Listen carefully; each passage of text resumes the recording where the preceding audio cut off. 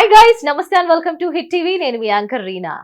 So present మనం అసలు నాకైతే ఎంత ఆనందంగా ఉందో చెప్పనవసరం లేదు. ఎందుకంటే ఆంధ్రప్రదేశ్లో కూటమి ప్రభంజనం సృష్టిస్తుందనే చెప్పాలి. చరిత్రలో టీడీపీకి చరిత్రలో లేని విజయ అవకాశాలు అయితే ఎంతో ఘనంగా కనిపిస్తున్నాయి అని మనం చెప్పుకోవచ్చు. అలాగే వైఎస్ఆర్సీపీ క్లీన్ స్వీప్ అయిపోతుంది అనే ఉత్కంఠతో కూడా ఇంకా టైం ఉంది కాబట్టి ఏమవుతుందో కూడా తెలియదు. ప్రెసెంట్ అయితే మన తెలుగు తమ్ముళ్ళు అయితే సంబరాల్లో మునిగిపోతున్నారు. మరి 9వ తారీఖు ప్రమాణ స్వీకారం చేయబోతున్నారు చంద్రబాబు నాయుడు గారు అనేసుకుంటున్నారు కూడా. సో ఇవన్నీ అసలు వైఎస్ఆర్సీపీకి ఇంత తక్కువ లీస్ట్ నెంబర్స్ రావడానికి కారణం ఏంటి? అండ్ అందులో ఈ టైంలో ఇంకా చంద్రబాబు నాయుడు గారు ఇంకా ఎలాంటి ప్రణాళికలతో ముందుకెళ్తారు, ఇవన్నీ మనం మాట్లాడుకుందాం ఇప్పుడు. సో ఎప్పుడు మనతో పాటు తమ్మారెడ్డి భరద్వాజ సార్ ఉంటారు, అలాగే ఈ రోజు కూడా ఉన్నారు. సార్ని అడుగుదామండి. హాయ్ సార్, నమస్తే. బాగున్నారా? Sir, you happy? మనం అనుకున్నట్టు మీరన్నట్టు లాస్ట్ టైం ఎస్ కూటమే గెలుస్తుంది అని మీరు అన్న మాటలు నెరవేరాయి sir. That was amazing and once again congratulations. ఎందుకంటే అబద్ధాలు కాదు, కూటమి గెలుస్తుంది. కూటమి గెలిస్తే 150 దాడతారు. గెలిచే అవకాశాలు ఉన్నాయని మనం మాట్లాడుకున్నాం. 150 పైన వస్తుంది. వాళ్ళు గెలిస్తే మాత్రం 150 పైన ఉంటాయని చెప్పాను. రైట్. అదే విధంగా ఎంతో ఆనందంగా టీడీపీ తెలుగు తమ్ముళ్ళు అయితే ఆనందాలు జరుపుకుంటున్నారు అక్కడ. దట్ వాజ్ ముందుగా ఇక్కడ ఏంటంటే వై నాట్ 175 అంటూ నినాదంతో ముందుకు వచ్చి ప్రజల్లోకి వెళ్ళి మేమే గెలుస్తామనే పట్టుదలతో ఉన్న వైఎస్ఆర్సీపీకి మన తెలుగు వాళ్ళు అనుకూలంగా ఓట్లు వేయలేదంటారా? ఎందుకు ఇంత క్లీన్ స్వీప్? అంటే జిల్లాలో 15 సీట్లున్న 5 కూడా కనీసం కైవసం చేసుకోలేకపోయిందంటారు. అంటే మొదటి నుంచి కూడా ఏమంటారు దాన్ని, వ్యతిరేకత ఉంది. వైఎస్ఆర్సీపీకి వ్యతిరేకత ఉంది అనేది చెప్తున్నాం. నేను లాస్ట్ 1 ఇయర్ నుంచి చెప్తున్నా. వీళ్ళు ఎప్పుడైతే మనుషుల్ని దూరం చేసుకున్నారో, కొన్ని వర్గాల్ని వ్యతిరేకం చేసుకున్నారో, వాళ్ళంతా చేశారు. మొన్న ఎప్పుడో ఒక దగ్గర చెప్పాను, నేను ఎక్కడ చెప్పానో గుర్తులేదు. ఇది చంద్రబాబు విజయం కాదు, కమ్మ విజయం అని కూడా చెప్పాను నేను. కాపు విజయం అని కూడా చెప్పాను నేను. ఎందుకంటే ఫస్ట్ టైము వీళ్ళంతా కలిసి చేయాల్సింది వచ్చింది. ఇది అంటే కులంగా మాట్లాడతాం సిగ్గుగా ఉంది నాకు, కానీ నిజంగా అదే జరిగింది. ఎందుకంటే ఆ పర్టికులర్ సెక్షన్స్ వాళ్ళు ప్రెస్టేజ్గా తీసుకున్నారు ఫుల్గా. 2 సెక్షన్స్ ప్రెస్టేజ్గా తీసుకుని లైఫ్ ఆర్ డెత్ ప్రాబ్లం లాగా తీసుకున్నారు. అనుకుని ఇవాళ నిజంగా చెప్తున్నాను, ఒకవేళ గెలిచి ఉండకపోతే, కూటమి గెలిచి ఉండకపోతే చాలామంది నిజంగా హార్ట్ అటాక్ వచ్చేదేమో కూడా. కొన్ని వందల మందికి హార్ట్ అటాక్ వచ్చేది. ఎందుకంటే లాస్ట్ 30-40 డేస్ చాలా సిన్సియర్గా పనిచేశారు. నమ్మకం చంద్రబాబు నాయుడు గారు అంత పని చేశారో లేదో, పవన్ కళ్యాణ్ గారు అంత చేశారో లేదో, పురంధరేశ్వరి గారు చేశారో లేదో నాకు తెలియదు. కానీ ఈ కార్యకర్తలు ఎవరైతే ఉన్నారో, కార్యకర్తలు కాకుండా దీనికోసం అని వచ్చిన వాళ్ళు, అప్పుడు నేను మొన్న అన్నారు కదా, ఎలక్షన్కి 20 లక్షల మంది వెళ్ళారు, 30 లక్షల మంది వెళ్ళారు. వాళ్ళు కాకుండా ఎన్ఆర్ఐలు కానీ, ఇక్కడి నుంచి వెళ్ళిన వాళ్ళు కానీ, దాన్ని నమ్ముకుని వెళ్ళిన వాళ్ళు కానీ, ఎట్టి పరిస్థితుల్లోనూ జగన్మోహన్ రెడ్డి ఓడిపోవాలి అని ప్రయత్నం చేసిన వాళ్ళందరూ దాన్ని ఉన్నారు. సో వాళ్ళందరికీ ఒక రకమైన హార్ట్ బ్రేక్ అయిపోయేది వాళ్ళు కాదనుకుంటే, రివర్స్ నెగిటివ్ అయ్యి అంటే. బట్ వాళ్ళంతా ఆనందంగా ఉన్నారు. ఒకటి ఫస్ట్ పాయింట్. ఆ రకంగా కొంత డ్యామేజ్ కంట్రోల్ అయింది. ఇంకో డ్యామేజ్ ఏంటంటే, పొరపాటున ఈ స్వీప్ కాకుండా ఒక దగ్గరికి వచ్చారు. వీళ్ళు 100, 90, 100 అట్లా గెలిచారు అనుకోండి, డెఫినెట్గా వాళ్ళ ఘర్షణలు భయంకరంగా జరిగింది, చాలా భీకరంగా ఉండే. వాళ్ళు స్వీప్ చేసేటప్పటికీ అవతల సైలెంట్ అవ్వాల్సి వచ్చింది. లేకపోతే ఇవాళే చాలా బీభత్సంగా ఉండేది. యాక్చువల్గా ప్రిపేర్ అయ్యి కూడా ఉన్నారు, ఒక రకంగా అందరూ ప్రిపేర్ అయ్యి ఉన్నారని వార్తలు ఉండేవి. మరి వాళ్ళు ఏం లేదు కాబట్టి సంతోషం. అట్లీస్ట్ ప్రజలు గుర్తించి మనకేం కావాలి. ఇప్పుడు మీకు చూడండి, 19లో కూడా అట్లాగే ఇచ్చారు. 19లో ఏం తక్కువ ఇవ్వలేదు, 151 ఇచ్చారు ఆయనకి. 151 సీట్లు ఇచ్చి చంద్రబాబు నాయుడు గారిని 23కి కుదించేశారంటే, మీరు ప్రజలు అప్పుడు అట్లాగా ఆలోచించారు, ఇప్పుడు అట్లాగా ఆలోచించారు. సో వాళ్ళని తక్కువ అంచనా వేసుకుంటే వీళ్ళిద్దరికీ బుద్ధి వచ్చింది ఒక్కొక్కసారి. ఈ భవిష్యత్తులో సరిగ్గా ఉండకపోతే వీళ్ళిద్దరిని కూడా పంపించేసి ఇంకోళ్ళన్నా తెచ్చుకుంటారు. రెండోసారి ఛాన్స్ ఇచ్చారు వీళ్ళకి. ఎక్కడ లేని ఓటింగ్ శాతం అంట ఆంధ్రాలోనూ పోలైందంట. సో ఎక్కడెక్కడ ఎన్ఆర్ఐస్ మనం అనుకున్నట్టు లాస్ట్ టైము ఎక్కడెక్కడ ఎన్ఆర్ఐస్ అందరూ వచ్చి ఓటింగ్ ని సద్వినియోగం చేసుకోవడం కలిసి వచ్చిన పాయింట్స్ అనే చెప్పుకోవచ్చు. 1% పెరుగుతుంది కానీ 1% 0.5% పెరుగుతుంది కానీ ఇక్కడ ఉన్న వాళ్ళందరూ ఓటేశారు బాగా. ఓటింగ్కి లోకల్గా ఉన్న వాళ్ళందరూ బాగా వచ్చి ఓటేశారు. కానీ సార్ నిన్నటి వరకు ఏ ఒక్క సర్వే చూసినా అన్ని సర్వేలు కొనేయడం లేదు వైఎస్ఆర్సీపీ ఖచ్చితంగా అంటే క్లీన్ స్వీప్ కొనేటి ఉండదమ్మా. చేసేస్తుంది. ఇప్పుడు అది చాలా బోగస్. మనం అటువంటి పిచ్చి మాటలు మాట్లాడుకోకూడదు మనం కూడా. ఇప్పుడు ఎందుకు ఎలక్షన్ అయ్యింది, ఎలక్షన్ ముందు నీకు అమ్ముడు పోయారు కొన్నారు అనుకుంటే నీకు లాభం. ఎట్టో ఓడిపోతా అని తెలుసు. ఇప్పుడు వీళ్ళకి తెలియకుండా ఎవరికి ఉండదు. మనకి తెలియలేదు, మన అమాయకులం కానీ మనకి ఏమో ఛాన్స్ ఉందేమో అనుకుంటూ ఉన్నాం కానీ అవును. వాళ్ళకి ముందే తెలుసు. వీళ్ళకి కొనుక్కుని ఏం చేస్తారు. ఇప్పుడు నిన్న కొన్నాడు ఫర్ ఎగ్జాంపుల్ ఆరానో ఏదో ఉంది, వాళ్ళు గెలుస్తారు నేను అని అతను గ్యారంటీ ఇచ్చి మస్తాన్ వల్లి అతను కొన్నాడు అని ఎట్లా అంటాం. అంతెందుకు నేను చెప్పాను నేను చెప్పాను వాళ్ళు గెలవచ్చు అని చెప్పి. అంటే నన్ను కొన్నారా అంటే ఏదో ప్రిడిక్షన్స్ చేస్తూ ఉంటారు. ఆ రోజు నేను నాది కాదని డిస్క్లైమర్ పెట్టా. ఏదో పిల్లలు తయారు చేశారు మీరు వినండి మనకు వచ్చిందని చెప్పాం ఆ రోజు. అయితే ఇది మన ఎవరన్నా కొంటారా, కొనగలరా ఎవరన్నా ఫస్ట్ పాయింట్. కొనటానికి అవసరం ఏంటి. మూడోది ఇప్పుడు రేపు 3వ తారీఖు 4వ తారీఖు రిజల్ట్ అంటే ఇవాళ రిజల్ట్ వస్తుంది. మొన్న మనం పెట్టింది అది. ఓ 2 days కోసం ఎవడన్నా కొంటాడా. పిచ్చోళ్ళు వాళ్ళు ఇప్పుడు డబ్బులు ఇస్తానికి మనకి ఎందుకు ఇస్తారు డబ్బులు. అంతే అంటారా. ఎందుకు భయపెట్టాలనుకున్నారో మరి. ఎవరు భయపడతారు. ఇప్పుడు నువ్వు ఉన్నావు పవన్ కళ్యాణ్ గారి ఫ్యాన్వి, నువ్వు గెలవాలని ఆత్రంగా ఉన్నావు, ఎక్సైట్మెంట్తో ఉన్నావు.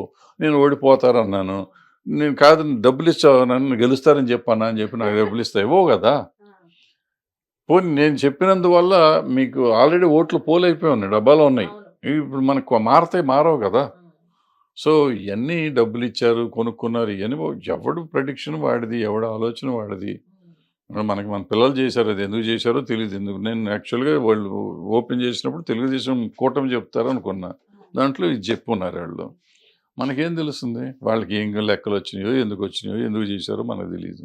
సిమిలర్గా ఎవరు అమ్ముడు పోవటం లేదు, నడుస్తూ ఉంటుంది. ప్రెడిక్షన్ వాళ్ళు చెప్పుకున్నారు కాకపోయినా మీకు అంతెందుకు. ఇప్పుడు వాళ్ళు ఉన్నారు ఇండియా టైమ్స్ నోవో ఇండియా టుడే టైమ్స్ నో వాళ్ళు ఒకళ్ళు చెప్పారు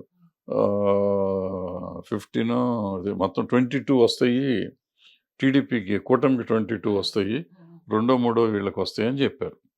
చెప్తే అందరూ అదెట్టా ఎంత తప్పుడు సర్వే అనగానే వాడు సాయంత్రానికి ఏం చేశాడు, వైఎస్ఆర్సీపీకి 70 సీట్లు వస్తాయి అన్నాడు, 70-80 మధ్య ఉంటాయి అన్నాడు. మరి ఆడికి అమ్ముడు పోయాడా. ఓడిపోతారని చెప్పాడు కానీ 70 దాకా వస్తాయి అన్నారు. అంటే వాళ్ళు అమ్ముడు పోయినట్ట. ఎవరు ఇక్కడ అమ్ముడు పోవటం కాదు, ఏదో చెప్తూ ఉంటారు, ఏదో ఒక లెక్కలు ఉంటాయి, నడుస్తూ ఉంటాయి.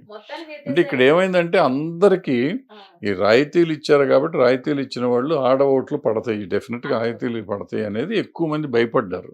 కానీ వాళ్ళు మాట్లాడలేదు, వాళ్ళు ఎప్పుడు చెప్పాలి డైరెక్ట్గా మేము వేసామని ఎవరు చెప్పలేదు. సో వీళ్ళు భయపడి జనం అంతా భయపడి డౌట్గా ఉన్నారు. నిజం సార్, నిద్ర లేకుండా చేశారు సార్ టీడీపీ వాళ్ళకి ఆ సర్వేలతోని. ఇప్పుడు చూసుకుంటే కనీసం ప్రతిపక్ష హోదాకు కూడా దక్కని వైఎస్ఆర్సీపీ లాగా మారిపోయింది. లేదు ప్రతిపక్ష హోదా అంటే 23-24 ఉండాలి కదా, 20 లోపు వచ్చేసినాయి కదా, 15-14 వచ్చింది అది. అసలు మరీ చరిత్రలో లేదు సార్. కానీ ఒక్కసారి ఛాన్స్ ఇచ్చారంటే ఒక్కసారికి క్లీన్ స్వీప్ చేశారు అనుకోవచ్చు. ఓన్లీ 1 time ఛాన్స్ అన్నాడు. మనిషికి అహంకారం ఉంటే ఇట్లాగే ఉంటుంది. నీకు అవకాశం ఇచ్చారు, ఎట్లా ఏంటి అవకాశం ఇచ్చారు, మహారాజు యోగం. నువ్వు ఇక్కడ లేని 151 సీట్లు ఇచ్చి నిన్ను చేస్తే నువ్వు నిలబెట్టుకుంటే 30 ఏళ్ళ వరకు నేను పీకేవాడు ఉండేవాడు కాదు. అటువంటిది నువ్వు అన్ని తప్పుడు పనులు చేసుకుంటూ పోతా ఉంటే నేను అంటే ఇంత డైరెక్ట్గా చెప్పకపోయినా ప్రతిసారి చెప్పాను, మీరు అదేది పగ సాధింపు చర్యలు ఇవన్నీ చేయటం అనేది కరెక్ట్ కాదు, అట్లాగే కొన్ని వర్గాలను దూరం చేసుకోవటం కరెక్ట్ కాదు, వాళ్ళని హింసించడం పీడించడం కరెక్ట్ కాదు, తన పేరు పెట్టుకుని అల్లరి చేసి ప్రతిదానికి నా పేరు పెట్టుకుందాం అనుకోవటం కరెక్ట్ కాదు, ఇవన్నీ చెప్పాను నేను. సో ప్రతిదీ ఉంది, ఓదాని తర్వాత ఒకటి దెబ్బ కొడతా పోయినాయి. నువ్వు ఎన్ని మంచి మంచి పని చేసిన సంగతి కూడా చెప్పుకోవు నువ్వు ఎంతసేపు పవన్ కళ్యాణ్ ఫ్యామిలీని గురించి మాట్లాడతావు, చంద్రబాబు ఫ్యామిలీని గురించి మాట్లాడతావు, ఈ అసెంబ్లీల్లో అసెంబ్లీలో కానీ బయట కానీ అదే మాట్లాడుతూ ఉంటే, నువ్వు కనపడకుండా ఇంట్లో కూర్చుని ఉంటే, బయటికి రావాలంటే పరదాలు కట్టుకుంటూ ఉంటే, ఇవన్నీ కనపడకుండా వర్కౌట్ అయినాయి. సో మనుషులు తిరగబడ్డారు, అందరూ తిరగబడ్డారు.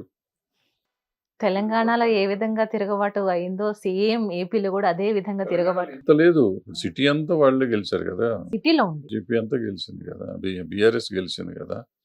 బట్ ఇవాళ చూడండి, బీఆర్ఎస్ లేదు, జీరో. ఇవాళ పార్లమెంట్ ఎలక్షన్ వచ్చేసరికి జీరో అయిపోయింది. మొన్న ఎలక్షన్ నుంచి ఈ ఎలక్షన్కి వచ్చేసరికి జీరోకి వచ్చేసింది. సో ఇందాక మనం ప్రెడిక్షన్స్ గురించి మాట్లాడుకున్నాం కదా, ఇక్కడ ప్రశాంత్ కిషోర్ గారు అలాగే కేకే గారు వీళ్ళు ప్రజల నాడి బాగా తెలిసిన వాళ్ళు అని అనుకోవచ్చా? అదేం లేదు. ఇప్పుడు అట్లా అనుకుంటే ఇవాళ ఎలక్షన్లో తిరిగి వచ్చిన ప్రతి వాళ్ళు, మా మా కాలనీ సొసైటీలో ఉంటాను నేను, నాతో పాటు తిరిగి వాకింగ్కి వెళ్తూ ఉంటాం మేము. ఓ 15 మంది ఆంధ్ర టూర్ చేసి వచ్చారు. వాళ్ళందరూ 150 పైనే ఉన్నారు. మన కృష్ణ గారి బర్త్డే అయితే అక్కడికి కొంతమంది నాయకులు వచ్చారు. వాళ్ళు కూడా నన్ను అడిగారు ఎంత వస్తుందండి అని. 150 పై వస్తుంది టీడీపీకి, కూటమికి వస్తుంది. ఒకవేళ తక్కువ వచ్చి మీరు ఓడిపోయే పరిస్థితి వస్తే మాత్రం వాళ్ళు 90 నుంచి 100 లోపే ఉంటారు అని వాళ్ళకి ఎగెనిస్ట్ అంటే, వాళ్ళు రారండి మేమే వస్తాం, మాకు 150 పైన వస్తుంది, మీరు చెప్పింది కరెక్ట్ అన్నారు. అంటే అంత కాన్ఫిడెంట్గా ఉన్నారు వాళ్ళు. 150 పైన అనేది వాళ్ళు కాన్ఫిడెంట్గా ఉన్నారు. సో ఇంత పోతుందనేది వాళ్ళు ఎక్స్పెక్ట్ చేస్తున్నారు. ఎందుకంటే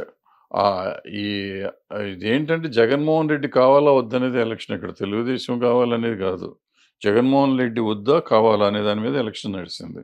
వద్దు మీద యువతల వాళ్ళు వచ్చారు, వీళ్ళకి దిక్కులేదు వేరే వాడికి వేస్తానికి, వీళ్ళకి వేసారు.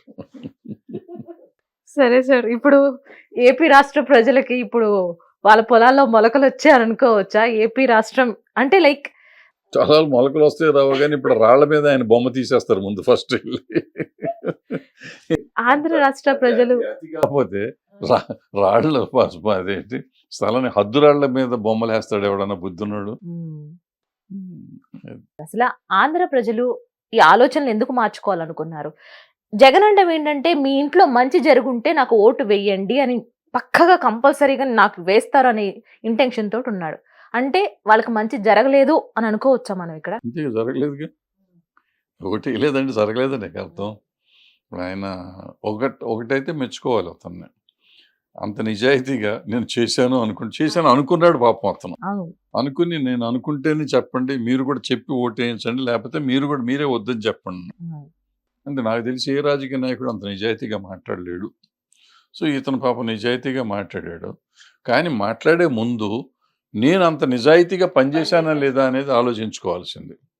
ఒక్క నిజాయితీ పని చేయకుండా నిజాయితీగా ఉంటే వర్కౌట్ అవుతుంది. పని చేయకుండా అబద్ధం ఆడే నిజాయితీ చెప్తే కొన్ని పనులు నిజంగా చేశాడు, చేసిన లాభం ఉంది. ఇప్పుడు బీఆర్ఎస్ కూడా చాలా పనులు చేసింది ఇక్కడ తెలంగాణకి, చేసిన వాళ్ళని గెలవనివ్వలా.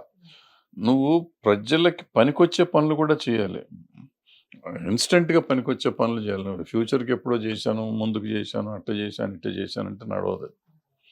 సో ఇప్పుడు మనం చంద్రబాబు నాయుడు విషయానికి వస్తే, మరి ఆయన అందించే ఈ సూపర్ 6 పథకాలే కానివ్వండి, లేదంటే అభివృద్ధి చేస్తామంటాం కానివ్వండి, సో అంటే ఇప్పటి వరకు ఇచ్చిన పథకాల కంటే నేను ఎక్కువ ఇస్తాను అని అనడంలో కానీ ఇవన్నీ చూసుకున్నట్లయితే ఈయనకి నమ్మి ఓట్లేశారు అనుకోవచ్చా? ఇప్పుడు అవన్నీ చెప్పాను కదా, ఈయన నమ్మి కాదు, ఆయన కాదు వద్దనుకుని ఈయనకి వేశారు అంతే. అంతే అంటారు. అమిత్ షా గారు చెప్పినట్టు ఎలక్షన్ జుమ్లాయ్ అని. ఇప్పుడు నిజంగా ఆయన ఇచ్చిన పథకాలన్నీ అక్కర్లేదనుకుని ఈయనకి వేశారు ఓటు. సో ఇప్పుడు పథకాల మీద కాన్సన్ట్రేషన్ మాడి అభివృద్ధి మీద మాట్లాడాలి. అభివృద్ధిని ఎలా చేస్తారు, ఏం చేస్తారు అనేది కొంచెం ఆలోచించుకుంటే, పథకాలు సరే 6 సూపర్ 6 ఏదో చేస్తారేమో, చేయమని వాళ్ళ మాట తప్పమని నేనేం చెప్పట్లేదు, మనకెందుకు చెప్పటం, వాళ్ళు ఏది ఇస్తే అది అనుకోనిండి. కానీ బట్ లాస్ట్ ఆయనకి 5 years ఛాన్స్ ఇచ్చినప్పుడు చెయ్యింది ఎందుకు, ఇప్పుడు ఫస్ట్ వాళ్ళు ఆలోచించుకోవాల్సింది ఇప్పుడు ఎందుకు గెలిచాం మనం, అప్పుడు ఎందుకు ఓడిపోయాం అని ఈ రెండు ఆలోచించుకుంటే, మళ్ళీ 5 ఏళ్ల తర్వాత మనం ఓడిపోకూడదు అనేది ఉంటే, ఈ పగ సాధింపు చర్యలు ఇవన్నీ మానేసి డెవలప్మెంట్ గురించి ఏంటి అని ఆలోచించి ప్రజలను గురించి ఆలోచించాలి. ప్రజలు తప్ప నేను అని ఆలోచిస్తే మళ్ళీ మొదటికి వస్తాం. నేను ఇదే అడగాలనుకుంటున్నా. ఒకవేళ వైఎస్ఆర్‌సీపీ మీద రివెంజ్ అటాక్ తీసుకునే ఛాన్సెస్ ఏమన్నా ఉంటాయా టీడీపీ ఇప్పుడు? ఉంటే ఉండొచ్చు. కేసులు పెట్టొచ్చమ్మా, తప్పేం లేదు. ఇప్పుడు తప్పు జరిగి ఉంటే కేసు పెట్టుకోండి, తప్పేం లేదు. కేసు పెట్టకూడదు, మనం ఏం చూడకూడదు, జగన్మోహన్ రెడ్డిని కాపాడాలని మనం ఏం ఆలోచించుకోవట్లేదు. ఏమైనా తప్పు జరిగిందా, ఈ సాక్ష్యాలు ఉన్నాయా, పట్టుకొని లోపలేసుకోండి, అది మీ ఇష్టం. Let that జరగనండి. జస్ట్ అదే ఏమంటారు దాన్ని, justice will take its own course అని ఏదో అంటారు కదా. సో దాని పని అది చేసుకుంటూ ఉంటుంది, చట్టం దాని పని అది చేసుకుంటూ పోతుంది. మనం దాని గురించి పెద్దగా దానికోసమే పని మానేయక్కర్లా. దాన్ని ఆ చట్టం వాళ్ళు ఏదో ఉంటారు కదా, ఆ డిపార్ట్మెంట్కి అప్పచెప్తే వాళ్ళు చూసుకుంటుంటారు. మీరు డెవలప్మెంట్ పని చూసుకోండి, ప్రజల పని చూడండి, ప్రజలకు ఏం కావాలో చూడండి. ప్రజలు ఎందుకు వాళ్ళని రిజెక్ట్ చేశారు, ముందు మిమ్మల్ని ఎందుకు రిజెక్ట్ చేశారు, ఇవాళ వాళ్ళని ఎందుకు రిజెక్ట్ చేశారు, ఫస్ట్ ఈ 2 క్వశ్చన్స్కి ఆన్సర్స్ వస్తే ఇవాళ గవర్నమెంట్ నెక్స్ట్ ఫ్యూచర్లో ఉంటుంది. అది లేకుండా నన్ను ఇప్పుడు మళ్ళీ పిలిచారు కదా చాలులే, అప్పుడు పోయినా ఇప్పుడు పిలిచారు అనుకుంటే మళ్ళీ అహంకారం ఎక్కుతుంది, కళ్ళకి గంతలు కట్టుకుంటే మళ్ళీ పోతారు. అది కాదు కావాల్సింది. ఇవాళ ఏం కావాలి, ఏం చెయ్యాలి. ఇవాళ మనం సెపరేట్ స్టేట్ అయిపోయింది, కొత్త రాష్ట్రం అయిపోయింది, డెఫిసిట్లో ఉన్నాము, భయంకరంగా ఉన్నాము, అప్పుల్లో ఉన్నాము. డెవలప్మెంట్ ఏదో చెయ్యాలి, ఏం చేయాలి. ఇప్పుడు డెవలప్మెంట్ అని మనం అంతా అంటాం. డెవలప్మెంట్ అంటే ఏదో చేసేస్తే ఇండస్ట్రీస్ తీసుకురండి, ఇండస్ట్రీస్ తీసుకొస్తే నిజంగా మనకేమీ రాదు, సీరియస్గా చెప్తున్నాం. ఎందుకంటే ల్యాండ్ ఫ్రీగా ఇస్తాం, ఏదో లేకపోతే నామినల్ రేట్కి ఇస్తాం, ట్యాక్స్ ఎగ్జంప్షన్ ఇస్తాం, ట్యాక్స్ హాలిడే ఇస్తాం వాళ్ళకి 5 years, అంటే ట్యాక్సెస్ రావు మనకి. ఇదేంటి ఉద్యోగాలు వస్తాయి అంటాం. ఎన్ని ఉద్యోగాలు వస్తాయి, ఎంత ప్రాపర్టీ మనది పోతుంది. సో అవన్నీ కాదు, ఆటోమేటిక్గా ఏంటంటే మెల్లిగా జనరేట్ అవుతుంది. ఆ ఇండస్ట్రీ వస్తే ఆ చుట్టుపక్కల ల్యాండ్ వాల్యూ పెరిగితే ఇంకో 10 మందికి వస్తుంది, వాళ్ళకి డబ్బులు వస్తాయి. అట్లా రకరకాలుగా కొన్ని అడ్వాంటేజెస్ ఉంటాయి. దెర్ ఆర్ కొన్ని డిసడ్వాంటేజెస్ కూడా. అవి చూసి ఆచితూచి వీళ్ళు గవర్నమెంట్ చేస్తే ఉంటారు, ప్రజలకు కూడా మంచి జరుగుతుంది. ప్రజల బాగుని గురించి తప్ప ఇంకేమి కాన్సన్ట్రేట్ చేయకుండా చేస్తే 10 కాలాల పాటు ఉంటారు. అప్పుడు కూడా తెలంగాణ ఆంధ్ర విడిపోయేటప్పుడు కూడా బాబు గారు మీరే దిక్కు అన్నప్పుడు కూడా ఎంతో కొంత సహాయం చేశారు చంద్రబాబు. అదే పెద్ద తప్పు. బాబు గారు మీరే దిక్కని ఎవరు అనలా, మీరు అనుకున్నారు. గెలిపిస్తే మీరే దిక్కని నా దగ్గరికి వచ్చారు అనుకున్నారు కాబట్టి మీరు 23 సీట్లకు పరిమితం అయ్యారు. ఎవడు దిక్కనలా, ఆల్టర్నేటివ్ ఉంది, ఆయన ఎక్స్పీరియన్స్డ్ కాబట్టి నువ్వు ముఖ్యమంత్రి అయితే బాగుంటుందని నీకు ఓటేశారు. నువ్వే దిక్కని రాలేదు, దిక్కుకి నువ్వు కాబట్టి ఇంకోటి వస్తాడు. ఎప్పుడు పలానా వాళ్ళు ఉంటేనే అవుతుంది. ఇప్పుడు జగన్మోహన్ రెడ్డి రాలేదా, ఎవరు పోతే ఎవరు, రాజశేఖర రెడ్డి గారు పోతే ఇంకోళ్ళు, రోషి గారు వచ్చారు, రోషి గారు పోతే కిరణ్ కుమార్ రెడ్డి గారు వచ్చారు, పోతే చంద్రబాబు గారు వచ్చారు. ఎవరో ఒకళ్ళు వస్తూనే ఉంటారు, అది ఇష్యూ కాదు. నీకు ఎప్పుడైతే తలకెక్కుతుందో అహంకారంతో నేనే దిక్కు అనుకుని నన్ను పెట్టుకున్నారు వీళ్ళు అనుకుంటే నువ్వు దిక్కక్కర్లేదు, నువ్వు దొబ్బే అంటారు. ఎందుకంటే అదే సీన్ మళ్ళీ రిపీట్ అయింది. ఇప్పుడు కూడా ఆంధ్ర దీన స్థితిలో ఉంది కాబట్టి మళ్ళీ మీరే దిక్కు అనుకుంటే మాత్రం నాశనం అయిపోతారు. నేను చెప్పేది అది. ఇవాళ దిక్కు లేక ఇద్దరే ఉన్నారు ఇప్పుడు, అతనో ఇతనో. ఎందుకంటే అన్ఫార్చునేట్గా పవన్ కళ్యాణ్ గారు ఆయన ధైర్యంగా నేనున్నాను అని ఉంటే అసలు ఈ గొడవ లేదు. ఆయన లేకుండా ఈ వెనకాల ఉండటం నేర్చుకున్నాడు ఆయన. సో బ్యాక్ సీట్లోనే ఉన్నాడు ఆయన. ఆ బ్యాక్ సీట్లో ఉన్నాడు కాబట్టి ఇప్పుడు ఈ ఆల్టర్నేట్ లేక ఇతనికి ఓటేశారు. కాంగ్రెస్ గట్టిగా ఉండుంటే ఏమన్నా వేసేవారేమో. కాంగ్రెస్ ఏమో గట్టిగా లేదు అసలు, అది 1%, 2%లోకి వచ్చేసింది. సో వీళ్ళకి ఓటేశారు. వీళ్ళకి ఓటేస్తే మళ్ళీ నేనే దిక్కు అనుకుని వీళ్ళంతా ఓటేశారు అనుకున్నారు అనుకోండి, నెక్స్ట్ 5 yearsలో ఇళ్ళు పోతారు మళ్ళీ. నేను అవును ఈయన లేకపోతే నిజంగా నాశనం అయిపోతాం అనే స్టేజ్కి వీళ్ళని నమ్మించగలగాలి ఈ నెక్స్ట్ 5 years ఆయన. అంత మంచి పనులు చేసుకోవాలి. మరి కేంద్రంలో కూడా బీజేపీకి కాంగ్రెస్ గట్టి పోటీ ఇస్తుందని అనుకోవచ్చు. ఇస్తాంతిగా. లాస్ట్ టైం అసలు ఏమీ లేదు, సోదిలో లేని కాంగ్రెస్ ఇవాళ ఆల్మోస్ట్ ఇప్పుడు యూపీలో కూడా 40 సీట్లు కాంగ్రెస్కి సమాజ్వాదీకి కలిపి 40 దాటుతున్నాయి. అట్లాగే అన్ని చోట్ల మొత్తం స్వీప్ చేసిన చోట్లల్లో బయటకు ఇప్పుడు అల్టిమేట్గా ఆంధ్ర తెలంగాణ లేకపోతే వాళ్ళు ఇబ్బంది పడే పరిస్థితికి వచ్చింది. ఇక్కడ కలిపి 30 సీట్లు వచ్చినాయి కదా ఇప్పుడు ఆంధ్ర సీట్లన్నీ కూటమికి వాళ్ళ దీనికి వెళ్ళిపోయినాయి, ఎన్డీఏ కిందకి వచ్చినాయి, ఎన్డీఏ అకౌంట్లోకి వచ్చినాయి. అది ఇంతకుముందు చంద్రబాబు నాయుడు గారు ఓట్లు వెళ్ళే కాదు కదా. ఇప్పుడు వాళ్ళ ఎన్డీఏకి వెళ్ళిపోయినాయి, ఇక్కడ 10 వచ్చినాయి. కేవలం చంద్రబాబు నాయుడు గారి దీనివల్లే బీజేపీ సౌత్లో పెరిగింది. వాళ్ళు అంటే ఆంధ్రాలో కానీ తెలంగాణలో కానీ ఎంతో కొంత వచ్చిందంటే ఎంతో కొంత చంద్రబాబు నాయుడు గారు. చంద్రబాబు నాయుడు గారికి ఇప్పుడు పవన్ కళ్యాణ్ గారు ఎట్లా దోహదపడ్డారో బీజేపీకి చంద్రబాబు నాయుడు గారు దోహదపడ్డారు ఈ 2 స్టేట్స్లో. సో ఒకళ్ళకొకళ్ళు కాకుండా చేసుకున్నాం, సాయం చేసుకున్నాం, తెలుసో తెలియకో చేసుకుని ఇవాళ 2 చోట్ల వచ్చి వాళ్ళకి హెల్ప్ చేశారు. మొత్తానికి ఏపీ సీఎం ఎవరు అనేది పక్కన పెడితే మార్నింగ్ నుంచి ఏ మొబైల్ స్టేటస్ చూసినా, ఇన్స్టాగ్రామ్ స్టేటస్ చూసినా పిఠాపురంలో గెలిచేది మా పవన్ కళ్యాణ్ అని, మొత్తానికి పవన్ కళ్యాణ్ గారి పాటలతోటి దద్దరిల్లిపోతున్నాయండి సోషల్ మీడియాలన్నీ కూడా. అది ఏంటంటే మీరు వాళ్ళ ఫ్యాన్లు కాబట్టి మీకు వస్తుందండి, మాకు ఎవరు రాలేదు అట్లా అనుకుంటే. ఇవన్నీ కాదు కానీ ఇప్పుడు పవన్ కళ్యాణ్, నేను మొన్న కూడా చెప్పాను కదా, మీకే చెప్పినట్టున్నా, శక్తి యుక్తికి అని చెప్పాను. ఆయనకి ఫ్యాన్ ఫాలోయింగ్ అంత ఉంది. ఫ్యాన్ ఫాలోయింగ్ ఉన్నప్పుడు ఆటోమేటిక్గా దాన్ని పెంచుకుంటూ పోతారు కదా. సినిమా హీరో ఆయన చెప్పిన స్పీచెస్ మళ్ళీ మళ్ళీ రిమైండ్ చేసుకుంటూ ఆయన్ని మేము గెలిపించుకున్నాం అనే ధీమాతో వానర సైన్యం అని అనుకోవచ్చు. ఇవన్నీ మీరు అంటారు 2019లో కూడా ఆయన ఏ మాటలు మాట్లాడారు, 2019లో అసలు అడ్రస్ లేకుండా పోయారు. ఈసారి అవకాశం కాదు, పాజిటివ్గానే మాట్లాడుకుందాం, పాజిటివ్గానే మాట్లాడదాం, తప్పంటలా నేను. అంటే పవన్ కళ్యాణ్ గారు ఇదే స్టేట్మెంట్లు అప్పుడు ఇచ్చారు, ఈవెన్ ప్రజారాజ్యం అప్పుడు కూడా ఇచ్చారు. స్టేట్మెంట్ ఆయనది ఎప్పుడు మారలా. బట్ ఈసారి ఆయన కలిసి వచ్చింది, ఇంతకుముందు కలిసి రాలేదు, ఇప్పుడు కలిసి వచ్చింది అంతే. సో నేను అనేది ఏంటంటే, మనం ఎలక్షన్ అన్నప్పుడు అది అట్లాగే మాట్లాడతాం, మాట్లాడింది కూడా తప్పు ఒప్పు అని నేనేం మాట్లాడుతున్నాం. అయితే ఇప్పుడు నిలబెట్టుకోగలగాలి. ఇందాక చెప్పినట్టు చంద్రబాబు నాయుడు గారైనా ఇప్పుడు ఈయన బీజేపీ ముగ్గురు కలిసి కూటమిగా చేసి వాళ్ళు వచ్చారు కాబట్టి, ప్రజలు నమ్మి ఓట్లు వేశారు కాబట్టి. అంటే గతంలో లాస్ట్ 2019లో వీళ్ళని నమ్మి ఓట్లు వేయలే, ఈసారి నమ్మి ఓట్లు వేశారు అదే ప్రజలు. ఏది కూడా ఎట్లా భయంకరంగా వేశారు ఓట్లు. వేసినప్పుడు దాన్ని నిలబెట్టుకుంటానికి ప్రయత్నం చేయాలి. ఎంతసేపు ఏదో చేసేద్దాం ఆవేశంగా మళ్ళీ పిచ్చి పిచ్చి పనులు చేయకుండా, గెలవటం పిఠాపురం గెలుస్తారని ఎప్పటి నుంచో చెప్తున్నారు కదా, కొత్త విషయం కాదు కదా. సో దాన్ని ఎలా చేసుకోవాలనేది వీళ్ళు ఆలోచించుకోవాలి, అంతే తప్ప వేరే రకంగా ఆలోచిస్తే కొంపలు మునిగిపోతాయి. అంటే పవన్ కళ్యాణ్ గారికి ముందే తెలిసి ఉండొచ్చా? ఎందుకంటే ఆయన స్పీచ్లో కూడా వైఎస్ఆర్సీపీ అనే పదాన్ని నేను అధపాతాళానికి తొక్కేస్తాను మళ్ళీ వినిపించకుండా, లేదంటే నా పేరు పవన్ కళ్యాణే కాదు, జనసేన అవన్నీ తీసేయండి, అటువంటివన్నీ తీసేయండి.